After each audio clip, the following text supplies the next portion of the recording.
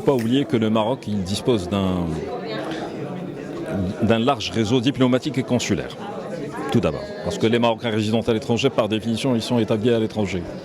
Alors la première ligne qui est en contact avec nos ressortissants à l'étranger sont essentiellement les missions diplomatiques, les ambassades et les postes consulaires. On en a aujourd'hui quand même un réseau de quasiment 70 postes consulaires et plus d'une centaine de missions diplomatiques.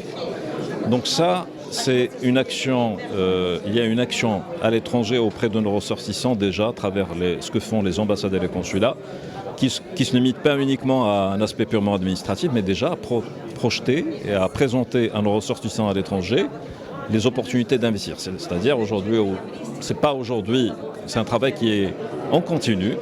La rencontre d'aujourd'hui qui est placée sous le haut patronage de Sa Majesté, elle rassemble tous les acteurs publics et privés qui sont concernés par l'investissement, par la création d'entreprises. Et elle constitue en fait un espace d'information et d'échange au profit des 150 MRE que nous accueillons pendant 2 jours pour les encourager et les inciter à découvrir les opportunités qu'offrent les différentes régions du Maroc. Parce qu'en même temps que cette rencontre aujourd'hui, il y a en parallèle tout un espace qui a été aménagé dans lequel il y a un networking qui est fait par les CRI directement, par l'Agence marocaine du développement d'investissement. Il y a un grand effort qui a été fait envers les Marocains résidant à l'étranger en mettant à jour des produits de financement qui ont déjà été conçus par le passé.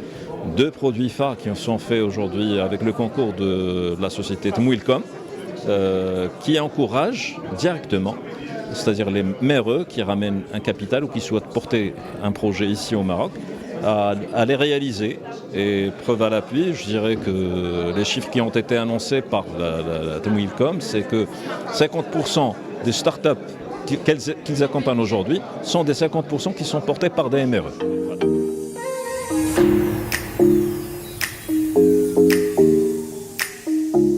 La charte de l'investissement s'adresse à tous les investisseurs, pas uniquement les Marocains résidant à l'étranger, parce que c'est un dispositif universel, c'est-à-dire tout un chacun qui souhaite s'investir, il a aujourd'hui un cadre qui est, c'est-à-dire très approprié, qui a été mis à niveau à travers cette nouvelle charte, qui a clarifié les rôles des uns et des autres par rapport c'est-à-dire à l'acte d'investir. Néanmoins, pour tout un chacun, pour les Marocains établis à l'étranger particulièrement, l'idée, c'est pas uniquement de les inciter par le fait qu'ils sont marocains, mais le message qu'on leur passe, c'est que vous avez à gagner à investir au Maroc. Si le Maroc aujourd'hui accueille toujours en progression des investisseurs qui sont étrangers, qui viennent investir, autant qu'il se soit fait par nos ressortissants qui sont établis à l'étranger, qui ont un potentiel très important.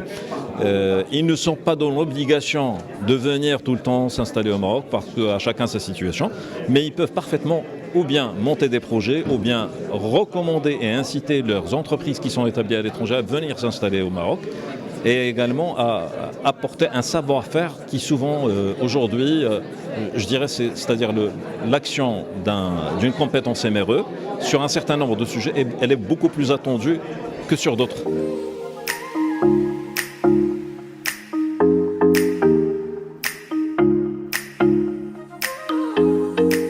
Les 10%, c'est la part des investissements, c'est la part de l'investissement via les MRE sur l'ensemble des transferts. Et cela s'explique par un manque de savoir, de connaissances par rapport aux opportunités d'investir. Et ça, c'est l'objectif d'une rencontre pareille.